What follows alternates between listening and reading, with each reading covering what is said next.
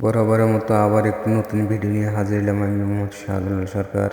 আজকে এই ফোনটি কাস্টমার হাত থেকে পড়ে যাওয়ার পর আর কোনো চালু হয় না। এখন আমরা ব্যাটারি চেক করে দেখলাম ব্যাটারির ভোল্টেজ কোনো শো করছে না। আমরা ক্যাপ খুলে এখন একটু ভোল্টেজ চেক করে দেখব টেস্ট পয়েন্ট থেকে কোনো ভোল্টেজ দেখায় কিনা। টেস্ট পয়েন্টে ভোল্টেজ আছে, তার মানে ব্যাটারি ফিউজের সমস্যা। এখন আমরা চার্জার দিয়ে দেখব কোনো প্রকার অ্যাম্পিয়ার টানে কিনা। না, কোনো প্রকার অ্যাম্পিয়ার টানছে না, অর্থাৎ এটা মাইনাসের ফিউজের সমস্যা। আমরা এখন ব্যাটারির কাজগুলো করব, মনোযোগ সহকারে দেখবেন। আমরা এখন বর্তমানে ব্যাটারির মাইনাস থেকে পি মাইনাস পর্যন্ত জাম্পারিং করে দিচ্ছি। একটু ধৈর্য সহকারে দেখবেন। এটাই জাম্পারিং করে দিই আমরা এইভাবে, কারণ একটা ব্যাটারি কিনতে গেলে 250 থেকে 300 টাকা লাগে। বেকার তো আমরা ব্যাটারি কেন চেঞ্জ করব, এত টাকা খরচ করে কোনো প্রশ্নই আসে না। এখন আমরা জাম্পারিং করে দিচ্ছি, খুব যত্ন সহকারে কষ্ট করে দিচ্ছি, যেহেতু একটা দরিদ্র কাস্টমার। আমরা এখন ভোল্টেজটা আরেকবার চেক দিয়ে দেখব ভোল্টেজটা আসে কিনা।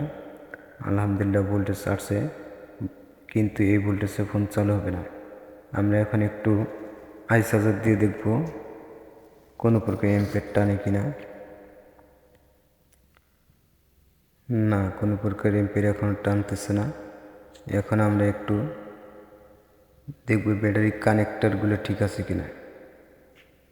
এখন এর মধ্যে আবার একটু চার্জ দিয়ে আমরা দেখব। না, কোনো প্রকার চার্জ নিচ্ছে না, কোনো প্রকার চার্জ নিচ্ছে না।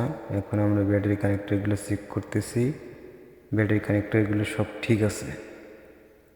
এখন আমরা আবার একটু হাই চার্জার দিয়ে দেখব। আলহামদুলিল্লাহ অ্যাম্পিয়ার টানছে, অর্থাৎ এখন ফোনটি 100% চালু হবে।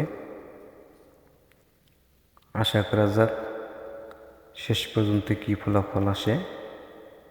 আলহামদুলিল্লাহ আবার অ্যাম্পিয়ার টানতেছে, অর্থাৎ ব্যাটারিতে পর্যাপ্ত পরিমাণ চার্জও আছে।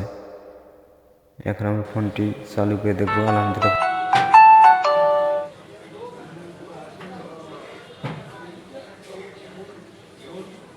আলহামদুলিল্লাহ ফোনটি চালু হয়ে গেছে। আমাদের আর নতুন নতুন ভিডিও পেতে অবশ্যই পেজটি ফলো, কমেন্ট, লাইক, শেয়ার করবেন।